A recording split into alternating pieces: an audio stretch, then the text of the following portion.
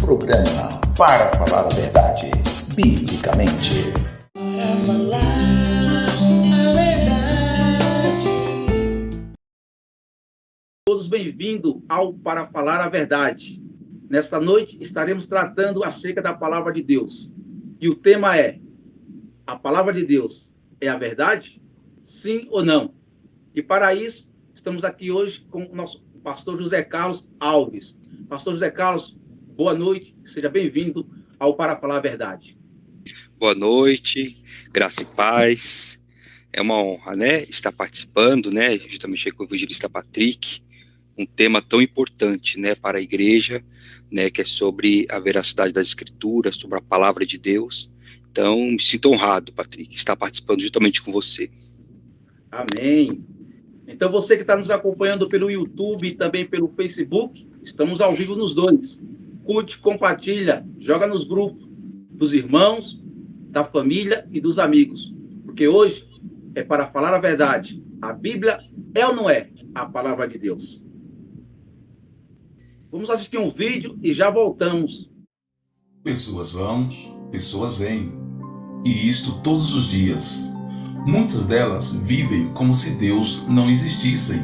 Já outras dizem acreditar no Deus Criador.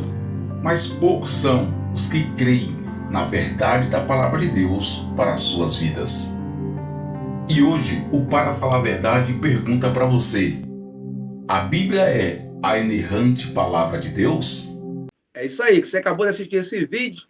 E para falar sobre se a Bíblia é a verdade ou não da palavra de Deus, está conosco ele, pastor José Carlos Alves, que é formado em gestão e logística empresarial, também é formado em teologia pelo Seminário Teológico Evangélico Betel Brasileiro e é pastor da Igreja Cristã Fé e Missões.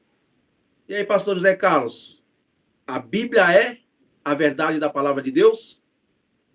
A Bíblia, ela é a palavra de Deus, né? E isso é incontestável. Ela é a palavra de Deus, embora a Bíblia, ela tenha sofrido muito ataque, né? A doutrina da inspiração bíblica, ela tem sofrido muito ataque nesses últimos dias, né? Ela é a palavra de Deus, ela é inerrante e é inspirada, tá?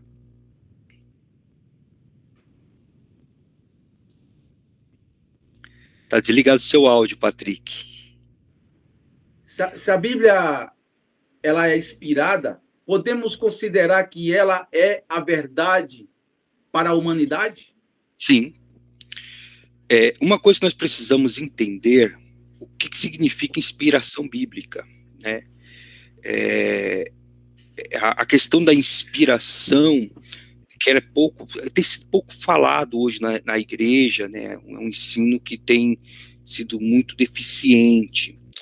Então, assim, para nós falarmos da escritura, da inspiração bíblica, precisamos entender que provas que temos, né? O que prova que realmente a Bíblia é inspirada, né? A prova que a Bíblia é inspirada, ela mesmo comprova isso, ela mesmo dá testemunho dela mesma, né? É como se nós podemos pegar a Bíblia e colocar ela no banco dos réus e falar, vai passar por um julgamento, vamos julgar a Bíblia. Então, que testemunho que tem a favor dela, né? Então, a própria Bíblia, ela dá testemunho dela mesmo que ela é a palavra de Deus. E isso é interessante porque muitos podem falar assim, se a Bíblia, ela fala por si mesma, então o testemunho dela não merece crédito. Tudo bem. Ela pode não merecer crédito, como pode ter crédito, mas a questão precisa ser ouvido, esse testemunho, tá? Então, o que nós precisamos observar? A Bíblia, ela apresenta alguns dados relevantes sobre a sua inspiração. O primeiro dado, né, a primeira informação que a Bíblia dá sobre ela mesma, está em 2 Timóteo, capítulo 3, versículo 12, ou versículo 16, perdão. Quando Paulo fala com Timóteo, ele fala para Timóteo assim: toda a escritura é inspirada e útil. Então, a primeira coisa que nós precisamos entender, ele fala assim, ó, toda a Escritura. Então, essa expressão, ela mostra a extensão da inspiração. Não fala assim, ó, algumas partes da Escritura é inspirada, ou alguns pontos da Escritura é inspirado, ou alguns trechos da Escritura é inspirado. Ele está falando toda a Escritura. Então, o primeiro ponto é que mostra a extensão dessa inspiração, aonde ela começa, onde ela termina. Né? Então, ela alcança toda a Escritura. Ele está falando assim, ó, toda a Escritura é inspirada. Então, o primeiro ponto que a Bíblia fala é o seguinte, é que toda ela é inspirada, não só parte. O segundo ponto que precisamos entender é que quando o termo escritura ou escrituras, ela aparece 51 vezes no Novo Testamento. Algumas passagens fazem menção do Antigo Testamento. Então, assim, quando fala de escrituras no Novo Testamento, ou escritura, ou escrituras no plural, ela sempre vai referenciar, tá? Ela dá uma referência. Então, tem algumas passagens que referencia o Antigo Testamento. Um exemplo disso é o que está em Lucas capítulo 4, a partir do versículo 16 ao 21, que quando Jesus está em Nazaré, ele no início do seu ministério, é dado para ele a oportunidade de ele estar lendo ali o livro, né, o rolo, e ele faz a leitura de um trecho do livro de Isaías, e quando ele faz essa leitura, quando ele termina a leitura, que ele fecha o livro, ele fala assim, esta escritura se cumpre hoje. Que escritura que ele está falando? De que ele está falando? Está falando do livro de Isaías. Então, já está referenciando que o Antigo Testamento, um livro do Antigo Testamento, é escritura. Outro texto, se não me engano, é o que está em Lucas capítulo 24, do 45, a partir do 45 a do 44, que Jesus, após ressuscitar, que ele se reúne com seus discípulos, né? Eu vou até ler esse texto, que ele é muito interessante. Está em Lucas, capítulo 4, capítulo 24, ele está escrito assim, deixa eu só encontrar, que Jesus ele fala sobre o Antigo Testamento, o capítulo 24, a partir do versículo 45. Ele está falando, a partir do versículo 44, ele fala assim, a seguir, Jesus lhe disse, são estas palavras que eu vos falei, estando ainda convosco. Importava se cumprisse tudo o que de mim está escrito na lei de Moisés, nos profetas e nos salmos. Então lhes abriu o entendimento para compreenderem as escrituras. Que escritura é essa que Jesus abriu o entendimento dos discípulos? Ele acabou de falar. As leis de Moisés, né, que é o Pentateuco. Ele falou sobre os profetas. Então tem profetas maiores, profetas menores. E falou também dos salmos. Então, Jesus fala que esses livros, né, do Antigo Testamento são escrituras. Então, a própria Bíblia, ela dá referência, ela não deixa solta, né? Quer ver um outro texto interessante que está em 1 Timóteo, capítulo 5, versículo 18? Paulo, ele faz uma combinação de uma parte do Antigo Testamento e do Novo Testamento. Quer ver? 1 Timóteo, capítulo 5, versículo 18. Olha o que Paulo diz.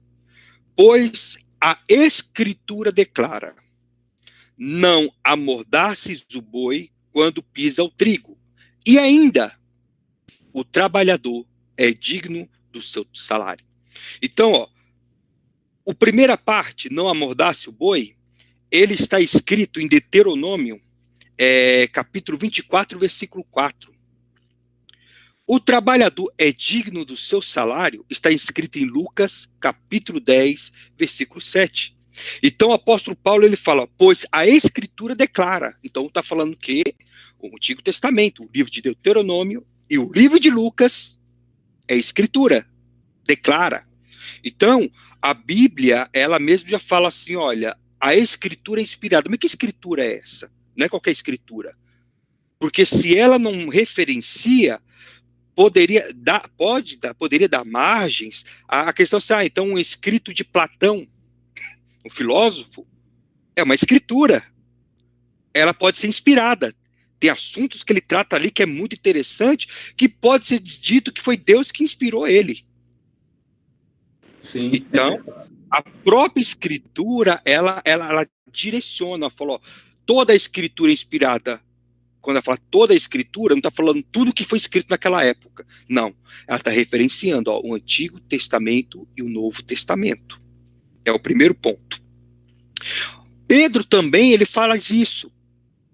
Em 2 Pedro, capítulo 3, versículo 16, o apóstolo Pedro ele começa falando sobre os ensinos de Paulo e chama de escritura, né? Ele fala que o que Paulo ele escreveu em cartas, que tinha partes ali, tinha trechos, tinha ensinos ali que era até difícil de compreender, e por causa disso, muitos falsos, né?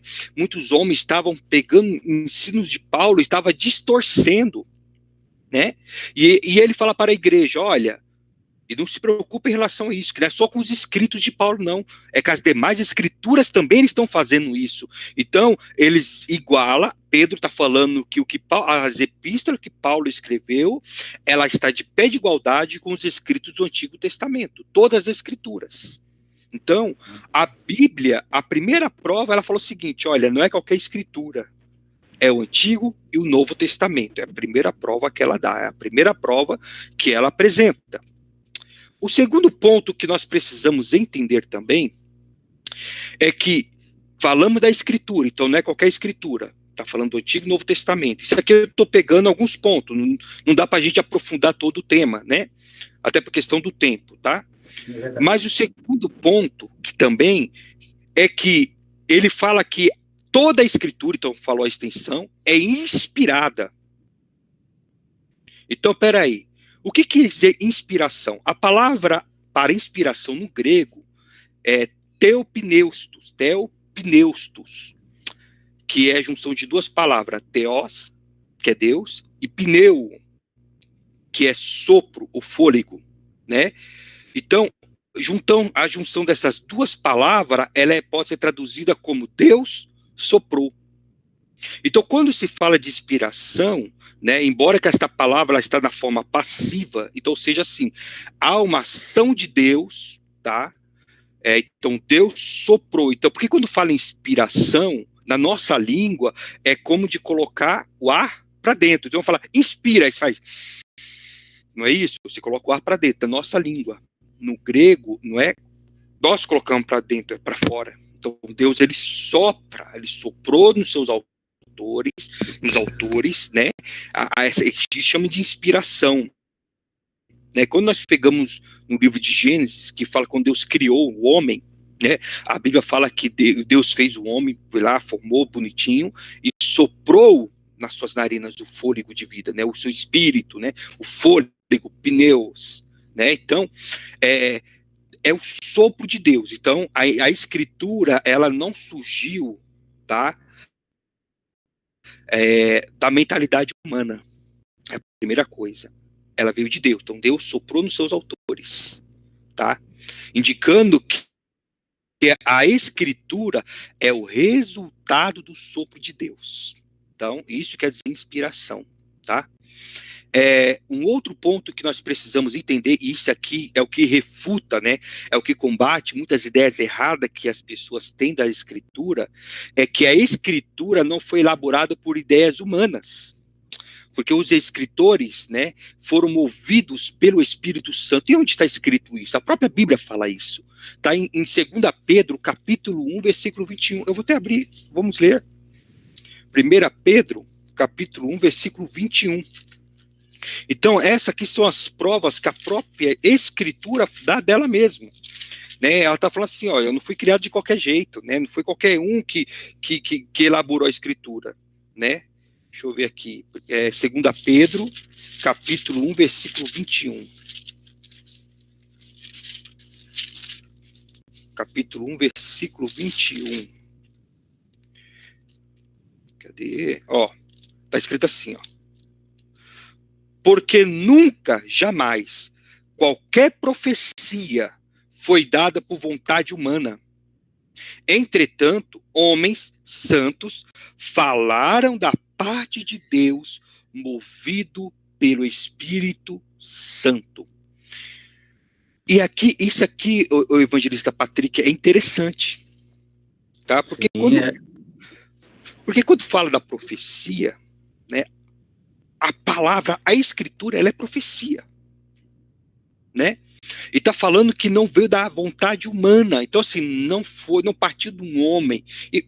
A primeira coisa que nós precisamos entender: 40 autores, na sua maioria, uma boa parte não se encontraram. Tem escritos que foi escrito após 800 anos do profeta escrito primeiro sobre o assunto. Né? É diferente, evangelista Patrick. Por exemplo, juntar eu, você, o irmão Glaucio, o irmão Daniel, não sei se ele está assistindo, né? E outros irmãos, juntar aqui 10 irmãos e falar assim, ó, vamos escrever uma teologia sistemática. Então eu vou tratar sobre a doutrina de Deus, você vai tratar sobre a doutrina do Espírito Santo, o irmão Glaucio vai tratar sobre a doutrina da inspiração e inerrância das Escrituras, o irmão Daniel vai tratar sobre a eclesiologia, então cada um vai tratar sobre um assunto. E assim, o que nós vamos escrever, não podemos contradizer com o outro. Então, nós se reúne e nós vamos tratar do assunto, temos que falar a mesma língua, temos que crer em todas essas matérias, nós temos que crer na mesma coisa, da mesma forma, para não ver um destoamento. Para que eu falo sobre a doutrina de Deus uma coisa, e quando o outro for falar sobre a eclesiologia, ela ir contra a doutrina de Deus. Aí não pode, então tem que falar a mesma coisa. Então nos reunimos para tratar a mesma coisa, porque nós temos que falar a mesma língua. Com os autores bíblicos não aconteceu isso. Com os autores bíblicos, né, o Senhor foi dando a eles, ali foram escrevendo, não partiu de ideias, até porque eles não tinham, eu acredito que eles não tinham nem ideia de tão longe ia esses escritos, né? Davi escrevendo Salmos, Salomão escrevendo Provérbios, né? Mateus escrevendo o Evangelho de Mateus, todos ali escreveram para o seu público. Então, quando nós pegamos todo esse compilado de livros, que são 66 livros, né, por isso chama Bíblia, que é Bíblios, né, que é um conjunto de livros, 66 livros, não há contradição. Então, Pedro está falando assim, olha, esses homens, né, que falaram da parte de Deus, eles não falaram da parte deles, veio da parte de Deus, não foi da parte do homem. Foram movidos pelo Espírito Santo. E aí, isso aí, ela vai certinho com a questão da inspiração. Porque o verbo mover, quando se fala de movidos, né, o mover, né, o verbo mover, ela produz, na língua original, a ideia de motivar. Então, assim, um despertar, é como se fosse impulsionado a fazer. Então, esse quer dizer o movido pelo Espírito Santo, eles foram impulsionados a fazer, né, foram motivados, né? Então, assim, ação do Espírito Santo. Então, ou seja, os escritores bíblicos, eles foram conduzidos pelo Espírito Santo. Outro ponto é que os autores bíblicos, eles foram mais ativos do que passivos no processo da composição da escritura. O que isso quer dizer? A Bíblia, ela não foi escrita assim, ó. Deus pegou e falou para Isaías, senta aí, Isaías. Agora eu vou ditar direitinho para você e você vai escrever direitinho o que eu estou falando. Ou Deus chegou, tomou o corpo de Isaías, tomou a mente dele e ficou totalmente desligado o seu intelecto, Deus tomou a mente dele e ali Deus escreveu, né? ou o famoso chamado psicografia, né? Não foi isso que aconteceu. O termo da inspiração, a palavra inspiração, como é forma passiva, tipo, Deus impulsionou eles a escreverem, o Espírito Santo supervisionou o que eles estavam escrevendo, mas usou o intelecto deles. Eles tinham liberdade. Então, assim, não foi uma coisa que eles apagaram e quando acordaram estava escrito. Para você ter uma ideia, os escritos bíblicos, cada um deles tem o seu gênero literário, tem a sua particularidade de escrita. Apóstolo Paulo, quando ele escreve as suas epístolas, ele tem um estilo de escrita, um estilo literário. Então, a forma de escrita, o início da saudação sempre são as mesmas, diferente de João, diferente de Lucas, diferente de Mateus. Então, cada um tem a sua particularidade na escrita. Quando nós pegamos textos do Antigo Testamento, também tem seu estilo literário, ou seja, esses homens, eles não estavam passivos, né? Eles não apagaram e acordaram. Quando acordaram, estava feito. Não. Ali, o Espírito Santo impulsionou eles a escreverem e o Espírito Santo supervisionou para que tudo que eles escrevessem, que eles registrassem, não houvesse erro. Por isso fala que a Bíblia é inerrante. Então, se tem pessoas, e isso eu falo porque eu já ouvi muitos falarem para mim isto. Eu não acredito na Bíblia porque ela foi escrita por homens. Você já ouviu pessoas falarem isso? Já ouvi sim, pastor. E como o senhor afirmou que a Bíblia ela é inerrante, o que isso significa? Olha, a inerrância bíblica significa que tudo que a Bíblia diz é a verdade.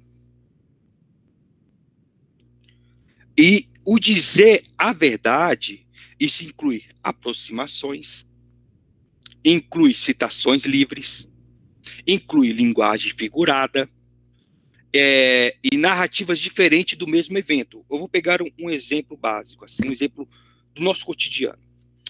Eu posso chegar em você e falar assim, Patrick, no ano passado, o ano 2020, durante o ano todo, quanto que você recebeu de salário?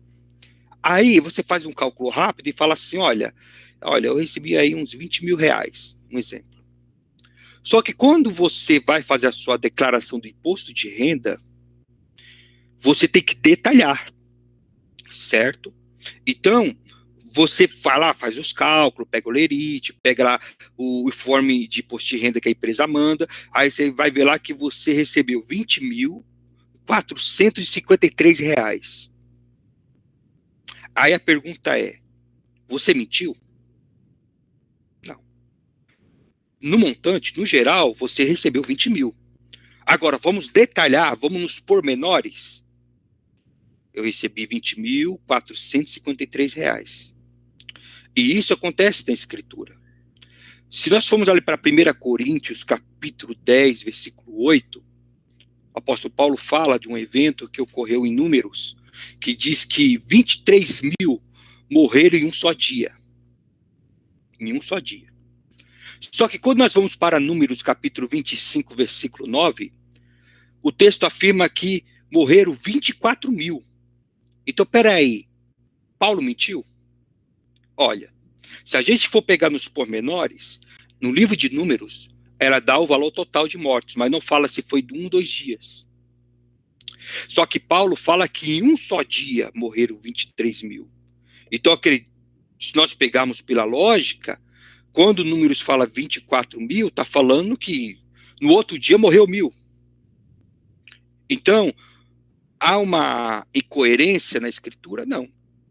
E Deus, ele não tem a preocupação, assim, tem partes da Escritura que Deus, ele teve a preocupação maior de ter detalhes. Por quê? Porque aqueles detalhes, aquilo que foi bem detalhado, está relacionado à salvação. Mas, aquilo que, se fosse detalhar demais, poderia tirar um pouco o foco do propósito, Deus, ele permitiu que os autores tivessem a liberdade e colocassem no geral. Então, isso quer dizer a questão da aproximação. Você quer ver uma questão também de falar do mesmo fato na Escritura, mas de forma diferente? A Bíblia fala que um fala que foi 2 cegos curados em Jericó e um fala que foi um cego. Ou fala que Jesus estava saindo de Jericó e outro fala que Jesus estava entrando em Jericó. Quem está falando certo? Os dois estão certos. Vamos pegar para o nosso contexto. Imagine, minha esposa, ela é profissional da saúde. Ela está trabalhando na UBS, tem vários técnicos de enfermagem lá. Aí, tá eu lá na UBS, eu tô perto da minha esposa, tá aquela correria, aquela agitação, a minha esposa desmaia. Então, quando eu for falar para você, Patrick, você acredita que hoje a Ângela, no trabalho, ela tava tanta correria, aquele calor, aquela coisa toda, ela passou mal e desmaiou. Aí você fala, nossa. Só que aí, daqui a pouco você liga a televisão, aí aparece a notícia que na UBS, onde ela trabalha, 3 técnicas de enfermagem desmaiaram. Só que eu falei que foi só minha esposa. Quem tá certo? Os dois. Por quê? Eu falei da minha esposa porque eu estava perto da minha esposa. O repórter que foi lá, ele pegou todo o contexto. Então, ele levantou de toda a informação necessária. Então, um autor fala assim, olha, Jesus curou um cego. Então, foi ali, ele estava perto dele, então ele focou naquele. O outro, talvez estava mais distante, ou no outro ângulo, falou, não, eu vi que foi 2 cegos curados. Os 2 erraram? Não, os 2 estão certos. Jesus entrou, eu estava entrando ou saindo da cidade de Jericó? Ora, segundo os pesquisadores, havia 2 Jericó, a velha e a nova. Para entrar na nova Jericó, tinha que passar pela velha. Então, Jesus estava saindo da nova e da velha e entrando na nova. Então falou, Jesus estava saindo de Jericó. Um escreveu, estava certo, estava. Aí outro falou, não, Jesus estava entrando em Jericó, na nova Jericó. Estava certo? Também está certo. Então, há um erro? Não, não há erro.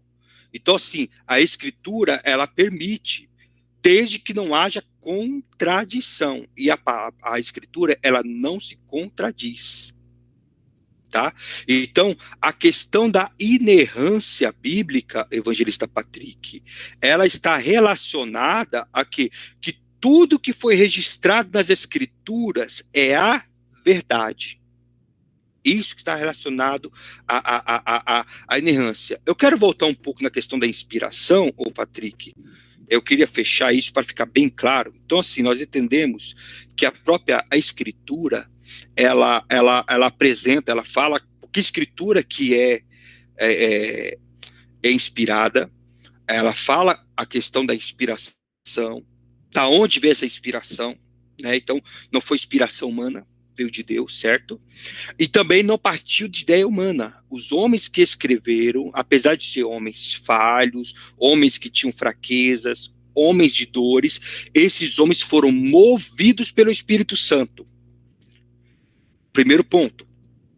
O segundo ponto que nós precisamos entender na Escritura, que isso também fecha para qualquer tipo de desconversa ou de heresia, é que as palavras, então o que está escrito, a escrita, ela foi inspirada, tá? Quando nós pegamos um texto que está em 1 Coríntios, capítulo 2, versículo 13, eu vou até ler isso também, 1 Coríntios, capítulo 2, versículo 13. Oi, pode falar. Não perca o seu raciocínio. Deus, o senhor está afirmando que Deus inspirou a palavra para os homens escreverem. Mas o que chama atenção também, o que o senhor falou também, é que Deus, ele deu a liberdade para o homem escrever. Sim. E a gente vê que eles mesmos, com essa liberdade que Deus os deu, eles não ousaram ultrapassar o limite da racionalidade. Nem Sim. para mentir, nem para acrescentar verdades que não eram. Sim. Até porque, evangelista Patrick, o Espírito Santo estava movendo eles. Então, ele estava sob a supervisão do Espírito Santo. E, assim, eram homens que tinham intimidade com Deus. Não era uma pessoa que... Eram pessoas que conheciam Deus, que falava com Deus, que Deus falava com eles. É isso que as pessoas precisam entender. Olha, Eram homens fracos, homens que tinham fraqueza, mas eram homens que tinham experiência com Deus. Eram homens que andavam com Deus. Exemplo de Moisés. Ora, da onde Moisés tirou a ideia do Gênesis? Deus revelou para Moisés. Deus descreveu para Moisés, porque Moisés não era desta época. Entende? Então, Deus descreveu para Moisés, tá? Numa outra oportunidade, nós podemos falar essa questão, que poderia até aprofundar um pouco mais, mas para a gente não sair muito do foco, eu só quero focar aqui. Deus revelou para Moisés sobre Gênesis. E quem era Moisés? Quando se levantaram contra ele, Deus chama lá Miriam e Arão e fala, escuta, ó, Moisés, eu falo com ele face a face. Já pensou? O nível de intimidade que esses homens tinham. Quando Deus fala com Oséias, para ele pegar uma mulher meretriz, e fala, você vai casar com ela. Ela vai te trair, ela vai maltratar você, vai te trocar várias vezes, mas você vai casar com ela, porque eu vou usar você para mostrar que o que esse povo está fazendo comigo. E Oséias faz porque o nível de intimidade que ele tinha com Deus. No Novo Testamento, quem era Pedro? Esses homens, Paulo, experiências que ele teve com Deus. Lucas, né, que aí vamos falar um pouquinho sobre isso. Ora, como que Lucas escreve? Você sabia que Lucas, ele foi um pesquisador. E um pesquisador nato. Ele era médico. E quando ele escreve Lucas, ele fala como que ele fez essa pesquisa. Eu vou falar sobre isso um pouquinho daqui a pouco. Então, assim, esses homens, eles tinham um nível de intimidade e eles estavam sob a supervisão do Espírito Santo. Entendeu? Então, por isso, não havia margens para eles acrescentar ou diminuir. Porque, assim, quando fala da liberdade que eles tinham, é porque eles tinham... O intelecto deles eles estavam em sã consciência, estava na sua razão. Né? Não era aquela coisa que eu falei, a pessoa perdeu, ela entrou num transe, sabe? Né? A pessoa não estava em transe e escreveu. Não, estava bem consciente, bem consciente. Talvez eles não teriam consciência de tão longe iria esses escritos. E o que Deus ia fazer através desses escritos, que Deus estava inspirando neles para eles escreverem.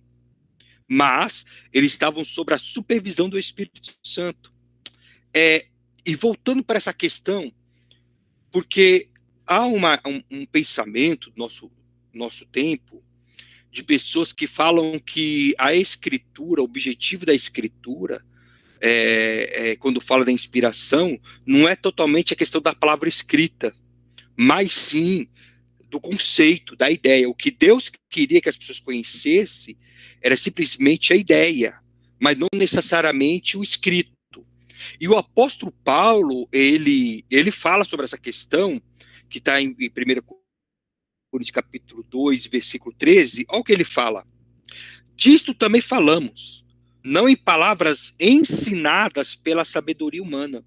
Então Paulo está falando que, ele está falando do ensino, e esse ensino ele está fazendo uso da escritura, e essa escritura não foi baseada em sabedoria humana, mas ensinadas pelo Espírito, conferindo coisas espirituais com espirituais. Então, o que Paulo está falando assim? Ele está deixando bem claro que o que foi inspirado não é simplesmente o que falou, o conceito, não, mas a palavra escrita. Por quê, evangelista Patrick? Porque é possível você ter um pensamento correto sobre Deus e na hora de você escrever com palavras erradas. Aí sabe aquela ideia de que um fim justifica os meios?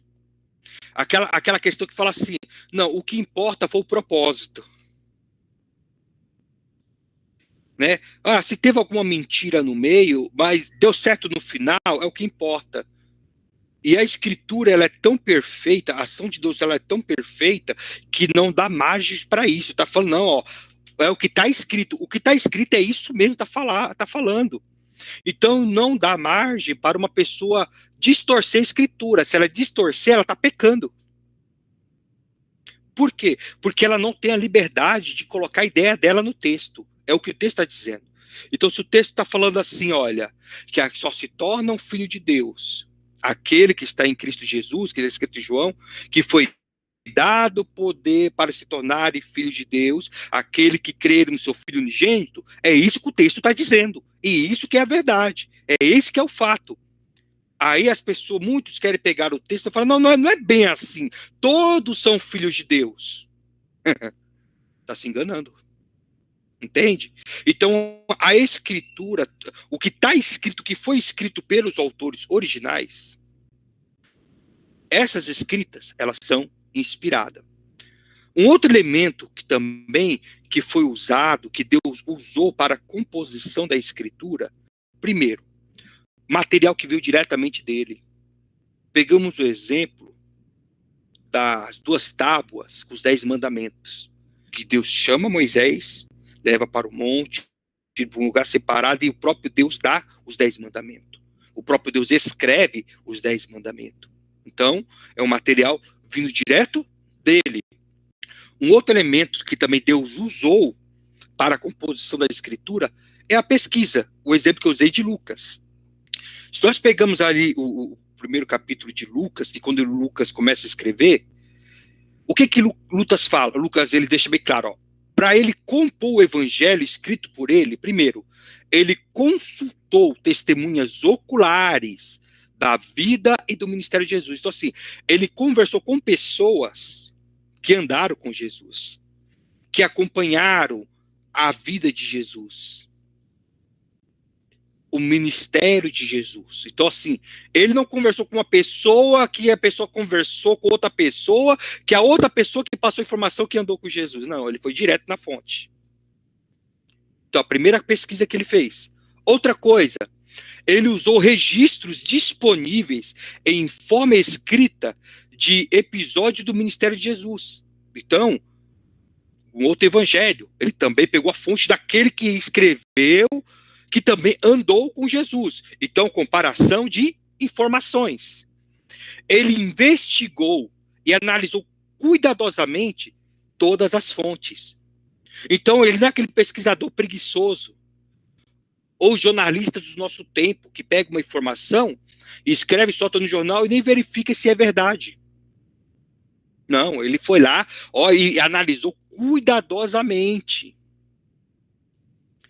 Além disso, antes de ele compor o evangelho, ele fez um planejamento. Então, ele pegou toda a informação, todo o material que estava com ele, e ele organizou para poder compor o evangelho. Além disso, ele foi guiado pelo Espírito Santo. Ele foi conduzido pelo Espírito Santo. Então, assim, ele fez toda a pesquisa, mas uma coisa que não podemos esquecer é que ele estava sendo movido pelo Espírito Santo. Então, assim, até a questão da pesquisa, todo o levantamento de informação, não partiu dele. Até porque Lucas, ele não era um dos apóstolos. Mas ele era um médico, ele acompanhava o ministério de Paulo, e havia uma necessidade de escrever para alguém sobre Jesus. Então, ele foi movido pelo Espírito Santo, então não há contradição. Além disto, outro elemento que Deus usou na Escritura, o material profético. Você sabia que 1/4 da Bíblia, ao ser escrita, ela se constitui de profecia? 1/4 da Bíblia. Ela se constitui de profecias. Profecias que se cumpriram, profecias que estão se cumprindo e profecias que há de se cumprir ainda. Além disto, a Escritura, Deus, ele usou um elemento completo. Também material histórico. Então, nós pegamos a Bíblia, ela tem elemento, ela dá informações de lugares, detalhes de materiais. Vamos pegar o exemplo de próprio Lucas, que foi companheiro de viagem missionária de Paulo. Então, ele faz todo o registro detalhadamente sobre as viagens. Quando nós pegamos livros de reis, os detalhes que é escrito a questão das guerras, quem eram os reis, quem eram os opositores. as nações que levantavam contra Israel, entende? Que tudo isso tem valor histórico. Que quando a arqueologia, a própria arqueologia, ela comprova essas informações. Então, a escritura, ela é completa, são toda essa compilação de dados. Eu vou dizer uma coisa para você, Patrick, e para todos que estão nos acompanhando. Se os cientistas passassem a fazer pesquisa a partir da Bíblia, eles não levariam tanto tempo pesquisando, não. Tem camarada que fica 60 anos para descobrir como que é a estrela. Sendo que em Gênesis já dá o detalhe. É só ele pegar e pesquisar sobre o que a Bíblia diz, ele vai chegar à conclusão mais rápido. Então, são questões que, assim, os homens, eles querem fugir de Deus, eles querem negar, não querem aceitar a Escritura, mas no final, eles sabem que a Escritura é verdade. Né? Então, só para me fechar esse ponto, eu creio que você tem outras perguntas para fazer. Então, o que nós precisamos entender? Só para a gente fechar a questão da inspiração. Primeiro, é que a Escritura, na composição da Escritura Sagrada, Deus revelou as coisas de maneira sobrenatural e direta. Em outras ocasiões, ele permitiu que os autores compusessem, então, está falando de composição, as mensagens usando a sua liberdade de expressão. Então, a sua forma de escrita, a sua linguagem. Né? Então, quando alguém questiona assim, mas a Bíblia foi escrita por homens, eu vou falar uma coisa sem medo de errar. Se o próprio Deus tivesse descido, pegado papel, pegado caneta e tivesse escrito, as pessoas poderiam ainda continuar falando assim, não é de Deus. E que prova que nós temos sobre isto? É só olhar para o livro de Êxodo. Porque a incredulidade, ela é uma raiz que ela está enraizada na natureza humana. Ora, Deus tira um povo, Deus manifesta o seu poder, enviando 10 pragas de Jericó, no Egito. Tira o povo com as suas mãos fortes, domínio de Faraó. Abre o mar para eles passarem em terra seca. Envia maná do céu. E o povo ainda murmurava, desacreditava. Quando Moisés estava ali escrevendo, estava ali no monte, Deus chamou ele para o particular, os 10 mandamentos. Moisés não volta mais, Deus abandonou João, fazer um bezerro de ouro. Então a incredulidade, Patrick, ela está na natureza humana, ela é arraizada na natureza humana. Então, tem pessoas que, assim, elas não querem saber da Escritura simplesmente por incredulidade. Então é o primeiro ponto que nós precisamos entender. O segundo ponto é que Deus supervisionou os autores humanos. Então, assim, quando se fala de supervisão, está falando da ação do Espírito Santo, né? Ali Deus cuidando para que não houvesse erro em seus registros. Então, Deus permitiu, então Deus supervisionou, Deus cuidou, o Espírito Santo ali cuidou dos escritores humanos para que eles se compusessem. Então, está falando de composição. Então, eles tiveram autonomia de escrever, usando as suas linguagens. Então, eles foram ativos no processo, não passivo, né? E registrasse tudo sem erros. Por quê? Porque em João capítulo 17, versículo 17, fala que a palavra ela é a verdade. Então, o que tudo está escrito ali, o cuidado de Deus foi para que tudo que fosse escrito seja verdade. Então, é a verdade. Um terceiro ponto que nós precisamos entender, e isso aí eu vou ter o cuidado de falar, porque assim, a vida inteira as pessoas, eu aprendi assim também, que esta Bíblia, que esse aqui, ela é inspirado. Mas, na verdade, quando fala de inspiração, o texto inspirado são os textos originais, os primeiros escritos que foram inspirados. Os demais são cópias. No Antigo Testamento, hoje, nós temos aí aproximadamente, eu não sei o total correto, mas está em torno de 25 mil cópias. A nossa versão que nós usamos, o texto que é utilizado para fazer a nossa tradução, ela é um compilado de toda esses escritos. Por isso que, assim, tem as questões das variantes textuais, tá? Então, eu creio que muitos aí sabem que tem textos na Bíblia que está entre parênteses ou colchetes, está escrito, e esse colchete é porque nos melhores escritos, ou nos primeiros, as primeiras cópias, as melhores cópias, não estão registrados. Então, tem cópias do Novo Testamento que quando o copista ele foi fazer a cópia, porque assim, o material foi deteriorando, então teve que manter as cópias. Então, pegava aquele texto e fazia a cópia dela. Então, o copista que estava escrevendo, às vezes ali para facilitar a compreensão na sua época, ele escreve um comentário. Vamos pegar um exemplo das nossas Bíblias de estudo. As Bíblias de estudo hoje, ela tem a nota de rodapé e tem os comentários. Para muitos copistas, eles faziam o comentário dentro do próprio escrito. Então, ela está em colchete porque nos outros escritos ela não aparece. Tá? Então, é um compilado, é uma juntação, pegou todas essas versões, todas essas cópias, e dali formou uma única versão, onde é feita a nossa tradução. Eu não sei, eu creio que expliquei bem, deu para entender bem o que eu estou falando? Tá? Sim. Então, só do Novo Testamento, nós temos aí aproximadamente 25 mil cópias. Aí você fala, nossa, pastor, tanta cópia? E isso é ruim? É ótimo. Porque como é que a pessoa vai conseguir falsificar 25 mil cópias? Olha o cuidado de Deus para que a Escritura chegasse até o nosso tempo, até os nossos dias. Se talvez tivéssemos ainda os escritos originais, poderia ser que nos nossos dias alguém ia fazer a cópia e ia falsificar. Agora, 25 mil cópias. A pessoa pode pegar uma cópia e falsificar, mas tem outras 24.999. Como é que vai fazer? Tá? Então, o texto inspirado é o escrito original. Os demais é cópia. Tá? Então, assim, mesmo que nós temos uma versão, que tem a versão que fala assim, ó, essa aqui, ela é fiel, a tradução, né, a nossa língua, ela é fiel aos escritos originais, ótimo, tem todas as versões, ela tem que ser ali fiel ao escrito original, tá? Mas mesmo sendo fiel ali, palavra por palavra, inspirado, é o primeiro escrito que foi os autores originais que escreveram, tá?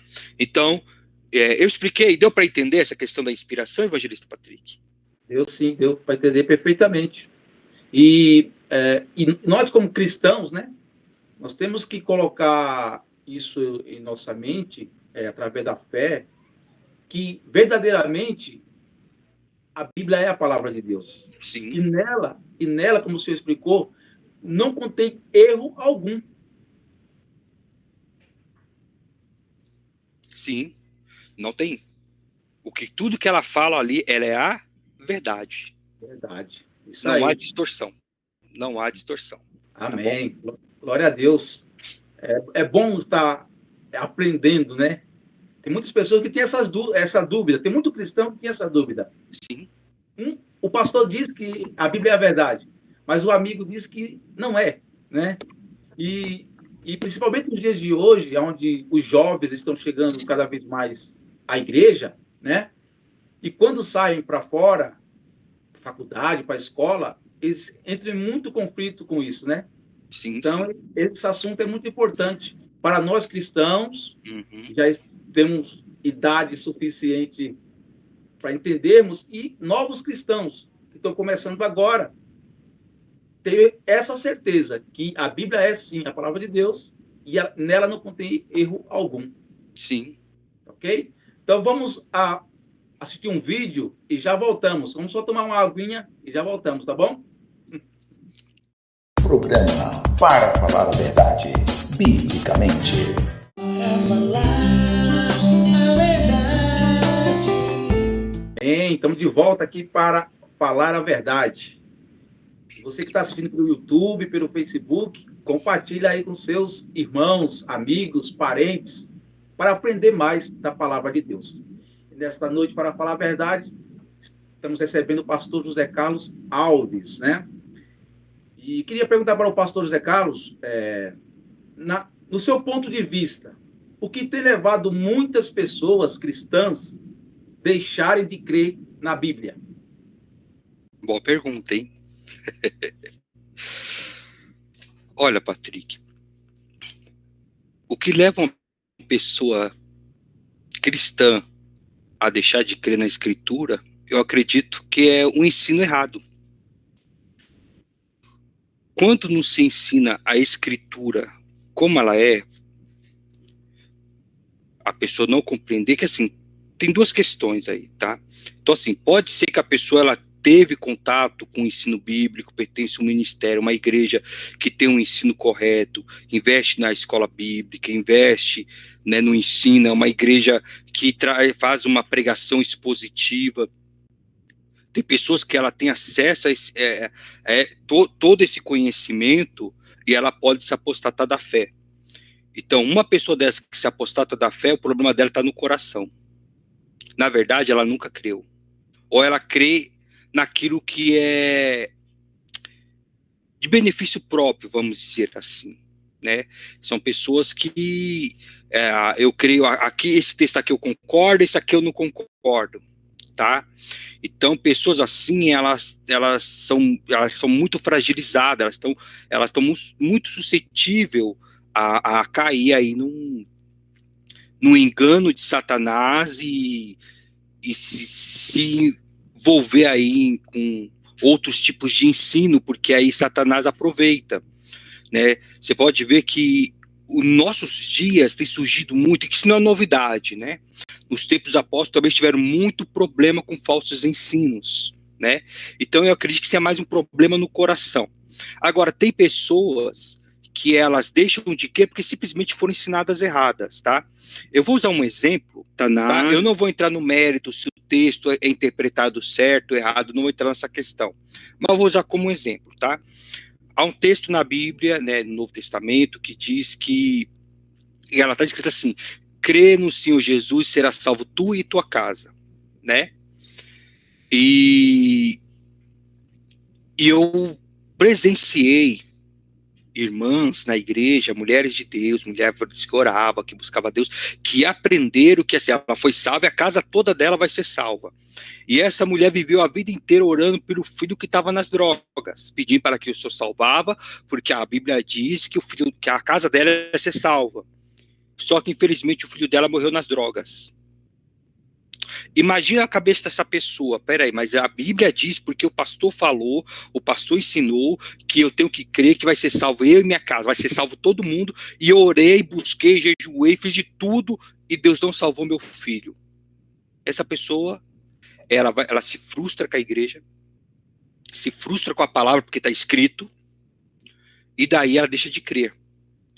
Um outro problema também de ensinos errados, ensinos equivocados, é a questão dos ensinos que é hoje, porque infelizmente nós estamos vivendo um tempo que tudo é ensinado com superficialidade, é tudo muito superficial. Os pastores são superficiais, as pregações superficiais, é tudo superficial, né? Nós estamos vivendo um tempo que a igreja, ela vive ali, sabe, aquela camada de gelo, você olha para o rio, aquela camada de gelo, mas aquela camada de gelo é a camada fininha, que se você andar por cima dela, em qualquer momento ela vai quebrar e você vai afundar.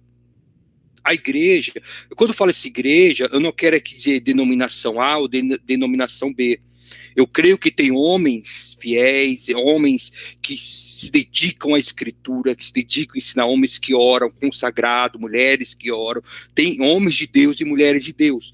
Mas também nós estamos lidando com uma realidade da superficialidade dentro da igreja.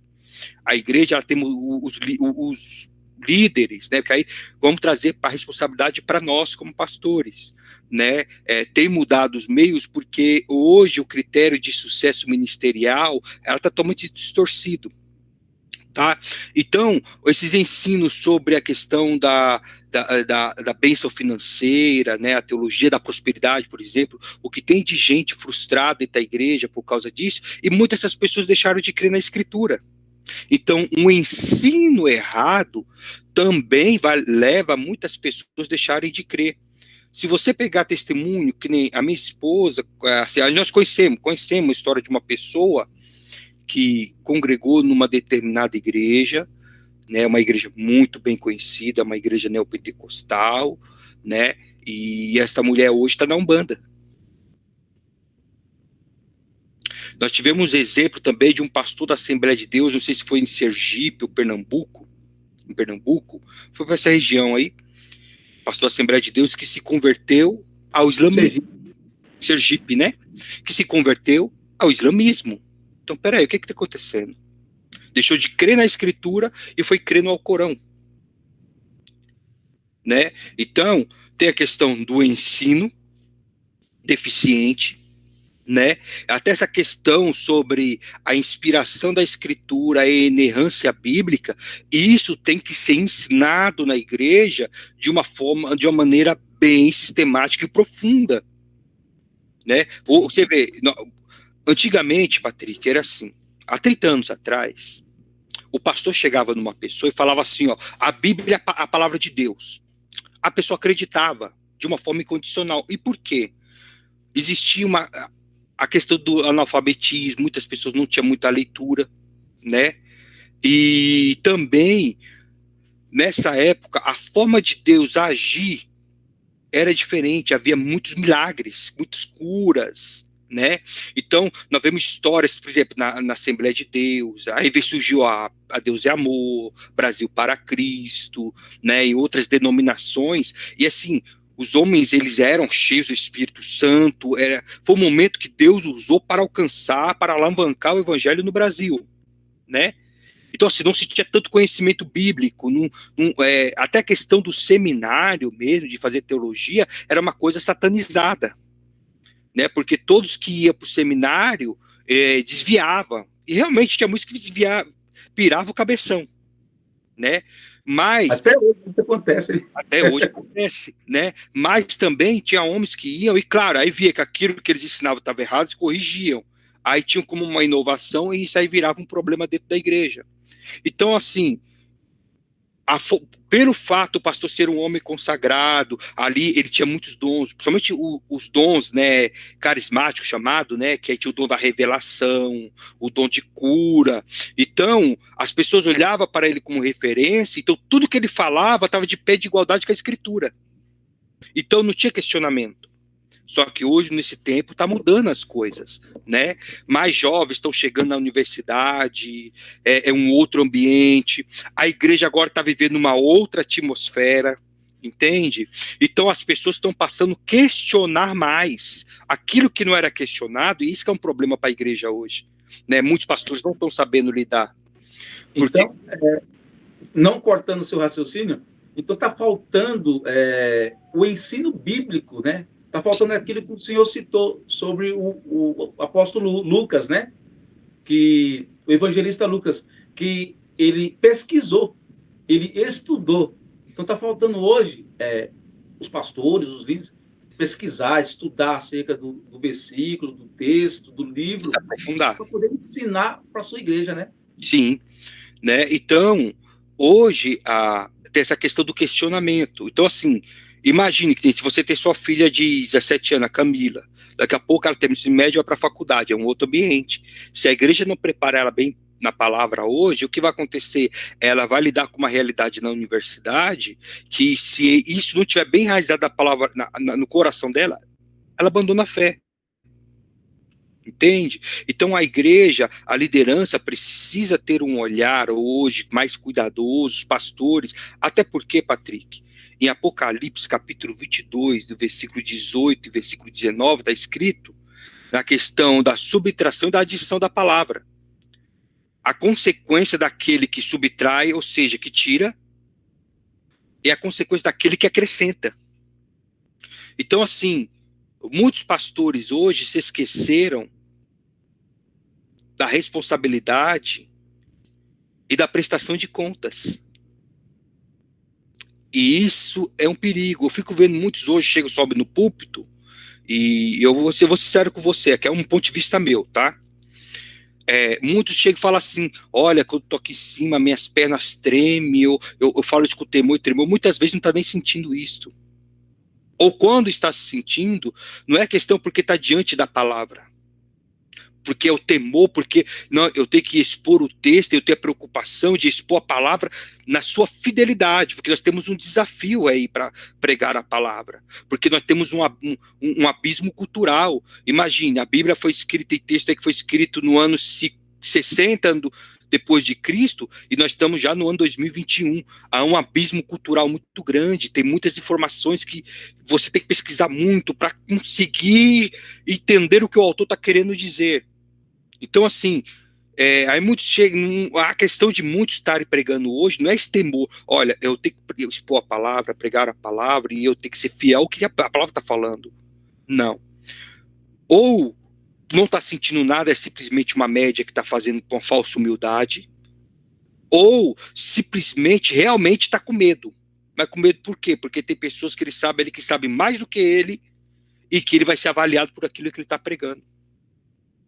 Verdade. Glória a Deus. Tá? Então, o que realmente o que eu acredito que as pessoas estão perdendo a fé é isso. Ou o problema no coração, então realmente a pessoa que ela não crê, ela crê em partes, ou simplesmente frustrações que as pessoas estão tendo dentro da igreja por um ensinamento errado. É verdade, né? Tem muitos assim, né?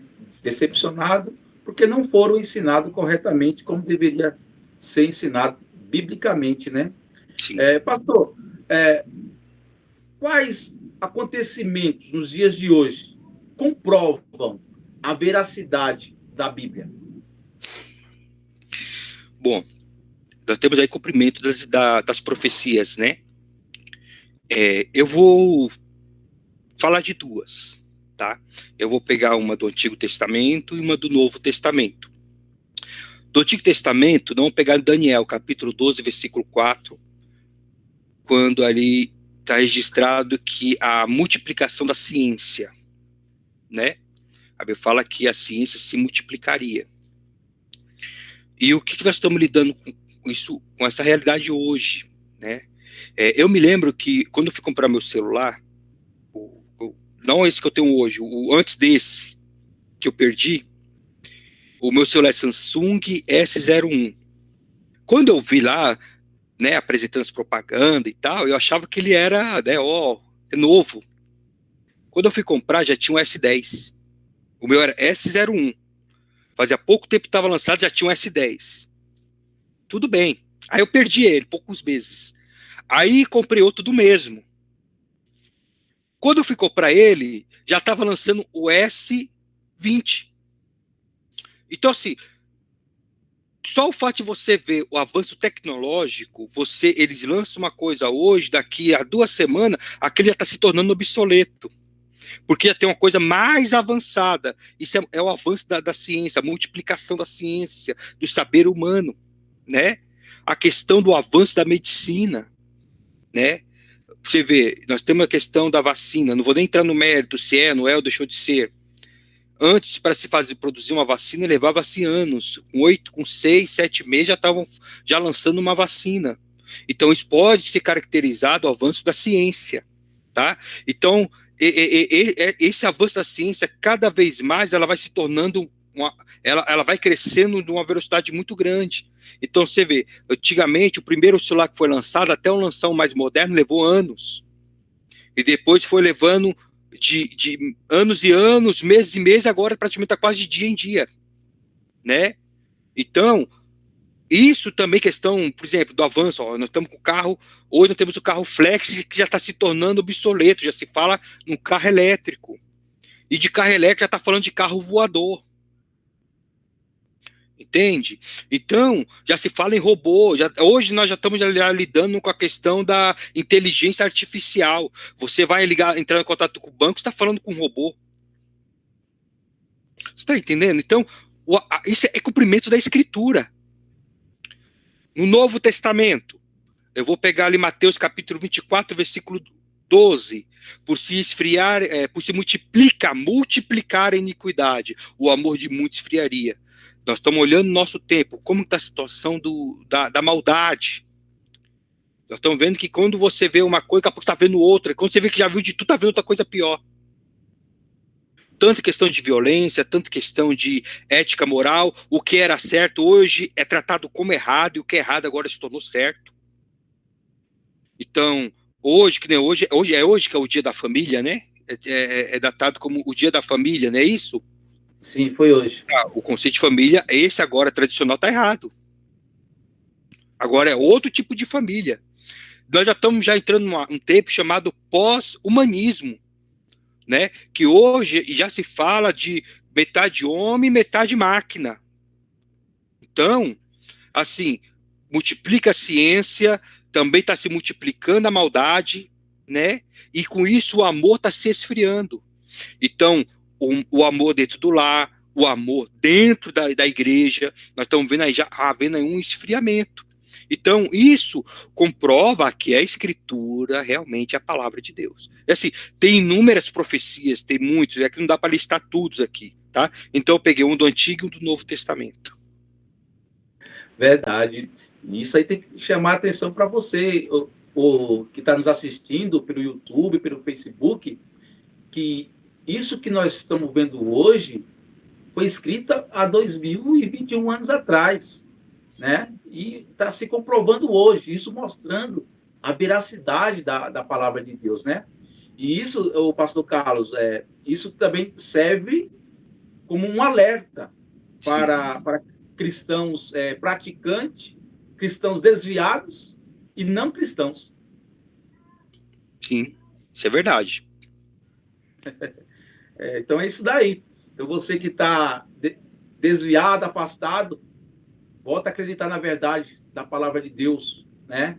Não se deixe enganar pela mentira do mundo. Volta já, tá ok? Vamos assistir mais um vídeo e já voltamos. Programa Para Falar a Verdade, biblicamente. Para falar a verdade. Volta para falar a verdade. Pastor José Carlos Alves, pastor da Igreja Cristã Fé e Missões. Estamos caminhando para o encerramento. Eu queria perguntar para o pastor José Carlos, a Bíblia é ou contém a palavra de Deus?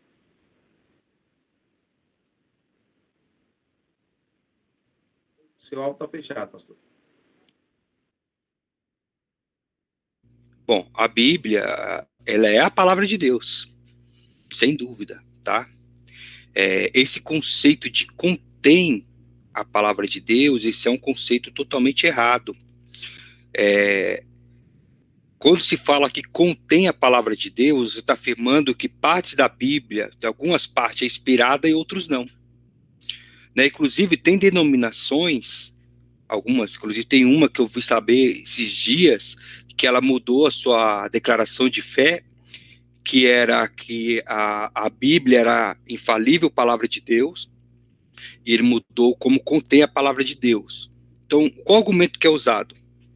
Eles falam que tem trechos da Bíblia que não é inspirado. Por exemplo, quando Satanás está falando lá, tentando Jesus.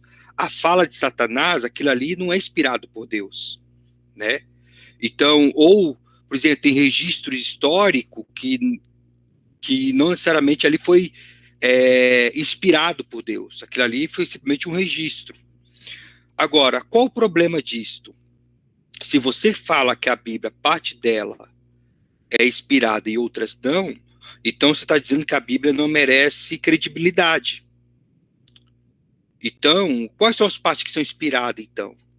Então, afirmam que tudo aquilo que é relacionado à salvação, isso sim é inspirado. O que não fala da salvação diretamente, ela não é inspirada. E isso é um conceito totalmente errado. É por causa dessas visões, desse tipo de... o desprezo ou a negação da inerrância ou da inspiração total da Escritura, ela acarretou aí um esfriamento da Europa, tá? Deixaram de lado homens, né, que eram piedosos, homens espirituais, né, ensinos desses homens, e passaram a adotar ensinos liberais. Isso é uma teologia liberal. Então, a partir do momento que você passa a falar que a Bíblia contém, é igual você comprar, por exemplo, comprar um bolo. Então, nesse bolo, ela vem lá no seu descritivo lá de todo, falando sobre como a composição dela, aí lá, bem grande, está escrito assim, ó, contém lactose. Um exemplo. Quer dizer o quê? Que contém lactose é porque tem pessoas que é intolerante à lactose.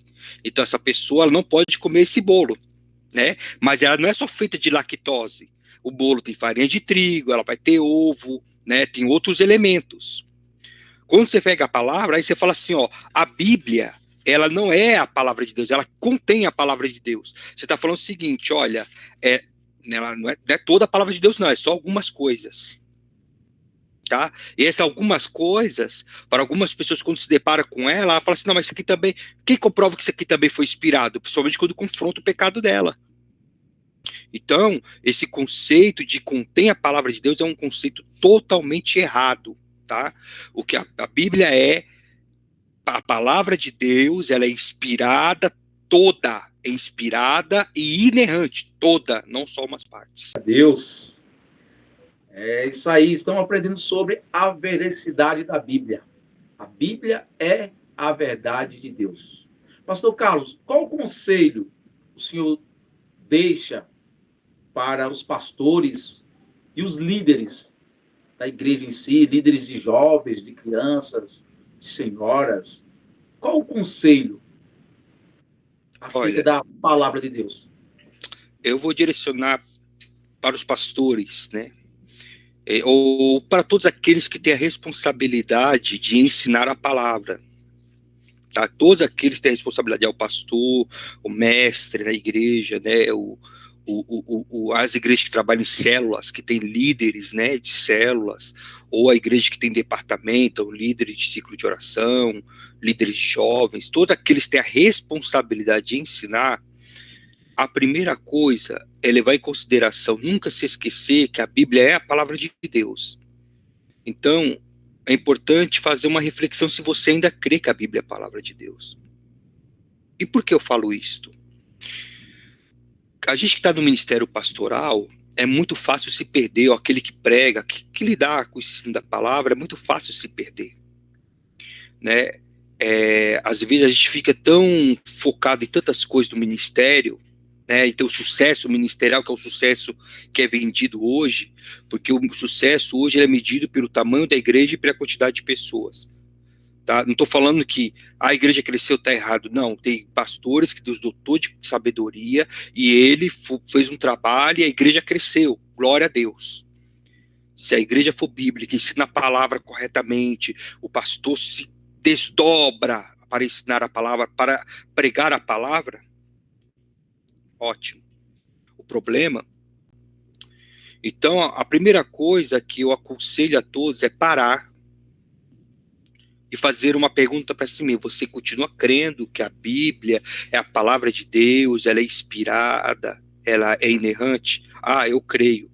Então não pode se esquecer de Apocalipse capítulo 22, 18 e 19. Que se você deixar de ensinar, deixar de pregar, porque você não quer ofender alguém, não quer machucar alguém, você não quer perder membros, então você sabe que vai ser tirado a tua parte da árvore da vida. Se você acrescenta ou prega aquilo que não é para pregar, que a Bíblia não fala, para benefício próprio, então pode ter certeza que o juízo de Deus também vai vir sobre você. É sobre nós. Tá? Então, o primeiro conselho que eu sugiro para meus companheiros de ministério, faça uma reflexão se você ainda crê que a Bíblia é a palavra de Deus. É o primeiro ponto. O segundo conselho que eu dou, e isso também serve para mim, é ensine a igreja sobre inspiração e a inerrância da Escritura. Dê uma atenção maior para os jovens e os adolescentes, também as crianças. Porque é essa geração que vai lidar com essa tendência contemporânea do pluralismo, relativismo religioso. Isso é complicado. Então eles precisam ser ensinados.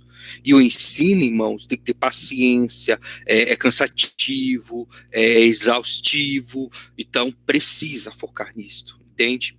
Então ensine a igreja sobre a inerrância e sobre a inspiração da Escritura. Eu sei que eu estou falando também, que eu tenho certeza que vai ver, né, essa entrevista, pastores como eu, que de periferia, de bairro, que não vive só do ministério, trabalha fora. É um desafio para nós como pastor, que trabalha o dia inteiro, chega à noite, às vezes mal consegue pegar na Bíblia, às vezes pega a Bíblia, tem que estudar, tem que ler, tem que buscar para quê? Para poder pregar à noite, para poder ensinar. Eu sei, é um desafio muito grande. Eu estou falando de uma coisa que eu vivo. Então, se você não tem condições, por exemplo, de preparar um estudo sobre isto, busque alguém dentro da igreja ou de uma denominação, pessoa, homem de Deus, homem de Deus, que tem conhecimento, e faça um simpósio na sua igreja, né? E traz esse estudo na sua igreja. É muito importante, irmãos. Se a gente não ensinar agora, nós vamos chorar amargamente daqui a uns anos. Tá ok? Então, é o conselho que eu dou, Patrick. No geral, é isto. Tá bom? Que é um conselho que tem que ser aplicado por todos nós. Tá bom? Amém. Isso aí. Obrigado, pastor José Carlos. O diácono Glaucio vai estar fazendo um comentário sobre o que aprendemos hoje acerca da verdade da palavra de Deus. Diácono Glaucio. Pai do Senhor a todos. Maravilhoso, né, irmãos? Maravilhoso estarmos aprendendo da parte do Senhor, juntamente aí com o evangelista Patrick, o pastor José Carlos, que nos trouxe esse grande conteúdo de grande valia, né? E abordou justamente a inerrância das Escrituras, né? Onde teve origem em 1970, no século passado, essa teologia, né? A inerrância. Antes tinha um segmento, grandes teólogos, outros exegetas, eles abordavam ali a infalibilidade da palavra. Então, eles diziam que tudo que era a respeito de fé, a palavra ela era plenamente verdade. Agora, no seu ponto histórico e científico, ficava à parte. E justamente na inerrância bíblica, né, esse novo segmento que se deu origem ali nos Estados Unidos, ele trouxe esse pacote que veio completo para nós, né? Que veio justamente trazendo que não era só em parte a Bíblia verdade, mas em tudo.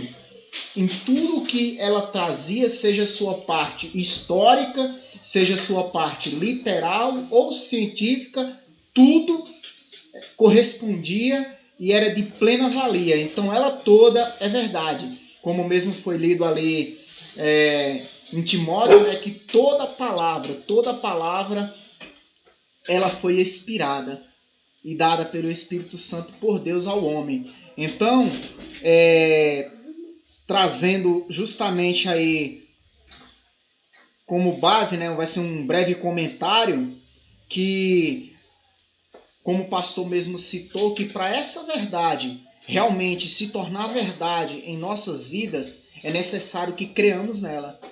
Não tem como eu acreditar num algo que eu não tenho experiência com ela. Então, você ainda acredita nessa verdade? Existem alguns pilares que necessariamente temos que ter para que realmente essa palavra seja verdade na nossa vida. Para acreditar realmente na palavra na totalidade que ela é verdade, a precisão histórica ela nos prova já isso. Que todo acontecimento histórico, seja ele futuro ou passado, ela já comprovou que realmente ela é verdade nessa parte. Outro pilar que o pastor aqui nos trouxe com propriedade, as suas passagens bíblicas, que também comprova a sua veracidade, a sua verdade. A história no todo da igreja, no seu contexto geral, também comprova que a verdade contida nas Escrituras já comprova por si próprio que é verdade. Outro pilar, e não menos importante, eu digo de suma importância, que foi citado também já no final pelo pastor José Carlos, a experiência individual com Deus. Então, o que aprendemos com isso, irmão? Aprendemos que, para que essa verdade, Sagradas Escrituras, venha ser realmente verdade na minha e na sua vida, é necessário que eu creia em Deus e creia que realmente tudo que está escrito foi inspirado por Ele. Da mesma forma que eu vou no médico e o médico me receita um remédio para dor de cabeça, eu volto para a minha casa, eu tenho que acreditar que aquilo que o médico receitou para mim é verdade, que vai aliviar a minha dor. Da mesma forma, é a Bíblia na nossa vida. Eu tenho que ter experiência, eu tenho que tomar deste remédio para que realmente ela se torne verdade na minha vida. Não tem como eu falar que algo é verdade se eu não provo dela. Então, para que ela se torne verdade, a gente tem que realmente também estar nela. João 17:17, ele fala que, olha, a tua palavra é a verdade. Entendemos também que 1 João também fala que ele era a palavra. E a palavra se tornou carne e habitou entre nós. Então, creamos que Cristo é esta palavra. E que através do Espírito Santo, a qual inspirou muitos homens, que trouxe com propriedade, cada um a sua parte dada por Deus, escrita nos manuscritos, que são vários. E a história e os arqueólogos também nos comprovam isso, nos dando esse testemunho material, que a palavra em si ela é verdadeira, ela é verídica. Tenhamos também que andar nela, para que realmente essa verdade faça efeito. Então, a verdade só se torna verdade na nossa vida quando ela causa ou resulta em nossa vida um efeito. Quando ela verdadeiramente nos faz transformação. Aí sim, não só com os casos passados que a Bíblia relatou que aconteceu e foram comprovados hoje, não só com os casos futuros, as profecias futuras, que a Bíblia em si nos dá diretrizes que vai acontecer e que estão acontecendo no momento presente. Não só isso que venha refutar a nós essa confiabilidade na palavra, mas a experiência em si nela, dela ter gerado em nós mudança. Aí isso se torna verdade. Amém, irmãos? Espero que tenha sido bem explicado, mas agradeço a oportunidade, que os irmãos venham acompanhar mais vezes a programação, e eu passo a voz aí para o evangelista Patrick. Amém? Amém, glória a Deus. É isso mesmo. Depois desse comentário bíblico, né? Só temos que agradecer a Deus, né? Quero já agradecer ao pastor José Carlos por ter estado conosco, trazendo aí tudo sobre a verdade da palavra de Deus, né? Para que tanto eu como você que assistiu possa crer cada vez mais nessa verdade poderosa da parte de Deus para nós, tá bom? Pastor Carlos, obrigado. Amém.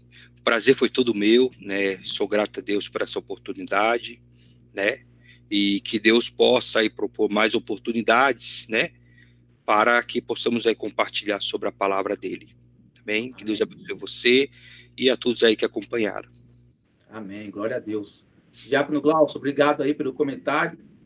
Que Deus te abençoe.